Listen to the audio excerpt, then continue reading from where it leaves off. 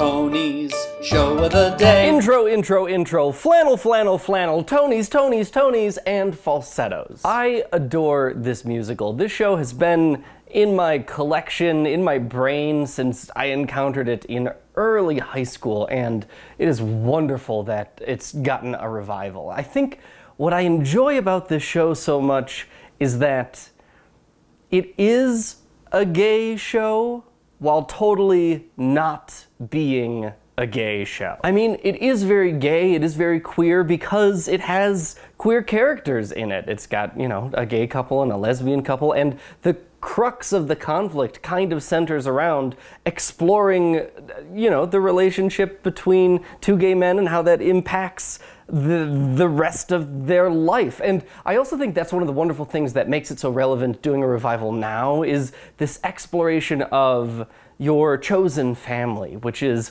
I think, a more contemporary, like, that's the sort of thing they talk about on news reports nowadays, but is absolutely not the sort of thing that hit the mainstream when this show came out in the late 80s, early 90s. And so on the one hand, it is the discussion of these really, really specific gay issues, but on the other hand, and more on this in a second, for the most part, it explores them just through a very traditional family lens. You don't really see any of the gay characters getting discriminated against or becoming martyrs, for the most part.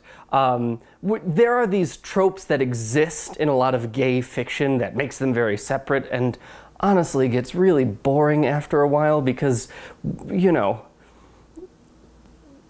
gay people's lives are about more than just being the victim. Like, that's the great thing about this show. There are mean gay people in it. There are imperfect gay people in it because there are imperfect gay people in the world. And a lot of portrayal in popular culture, even nowadays, has, you know, some really specific narrow buckets that they put the homosexual archetype into that this show doesn't do. And it's fabulous that it did it, you know, however many decades ago, and it's wonderful that it's doing it now. And it really is the timing of the original authorship and series, and the timing of the premieres of the versions of this show that makes it so important as a thing to bring back today. This show is contemporaneous with its authorship. Like, it's written about the time it's set in. So March of the Falsettos, which is Act 1, premiered in 1981, and then Falsetto Land, which is Act 2, premiered in 1990, and then the two were smushed together for a Broadway one in 1992, and that is now the revival you see.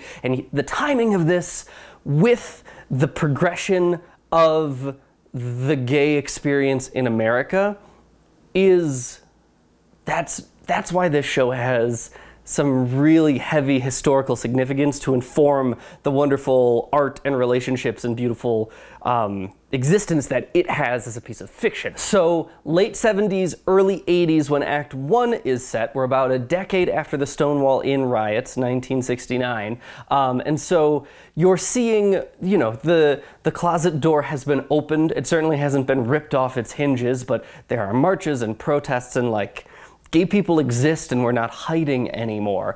And there, you know, the show was written to kind of talk about that from a really, I don't know, more traditional heteronormative family lens view, and how that would pan out and how that would apply. And that is Act 1. Act 2, which premiered in 1990 but is set earlier in the 80s, it starts right around when the AIDS epidemic was hitting America, and that is one of the things, to me, that makes this such a fascinating piece of art. A lot of gay history is discussed in the context of pre-Stonewall and post-Stonewall. It's, you know, it's a good way to categorize things. This show is, it's a documentation of a kind of feeling of pre-US AIDS epidemic and post US AIDS epidemic, or right around all those sorts of things happen. And that's what makes it so fascinating, right? Is like,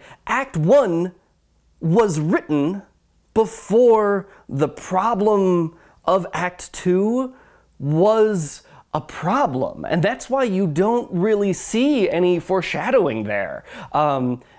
And this is so wonderful and interesting and important and beautiful to me because of all these other pieces of gay literature that focus really heavily on the AIDS epidemic as an existence and all the tragedy that it entails. This is not a story of that. It's just another part of it. Just like all the other details and specifics of these people's lives are just a part of this story. And that is what makes it great and wonderful and beautiful and why I love this show. All of the characters are infinitely three-dimensional. They are all beautiful and flawed and struggling with their own lives in that way that we all feel like we are the protagonists in our own stories and are three-dimensional and have all these struggles and, you know, light parts and dark parts of our personality.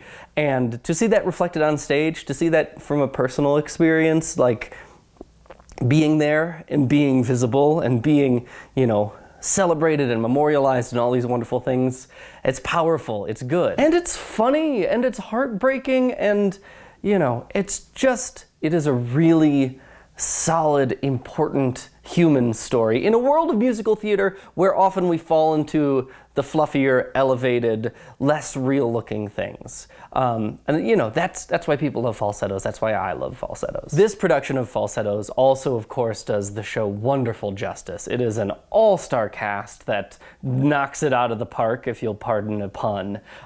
It's, you know, the nuance of the humor and the tragedy and the humor-tragedy all in one is something that I think really, really shines with all the performers in this show. And, you know, you see it in the nominations too. It's great that the show exists and, like, existed right now. We are in a period of sea change for queer rights, you know, it's a bit of a roller coaster for sure. And so that is why do this show now, is to talk about a time that was definitely influenced by another set of sea change in gay rights and LGBTQ rights, but to not focus so much on the specifics of, you know, the legality or the illegality and the consequences of that, and just focus really in on the people. It's a reminder that there are people and human beings and brains and feelings and families, chosen families with actual relationships behind all of these issues, all of these headlines that we see on CNN, all of these discussions that happen in courtrooms are about people with full histories and their own sets of problems, and, you know, it's good. It's what musical theater should do. Falsettos is great. You can expect me to talk about it more when PBS finally releases their Lincoln Center performance video of it, but you should go listen to it right now. I'll see you later.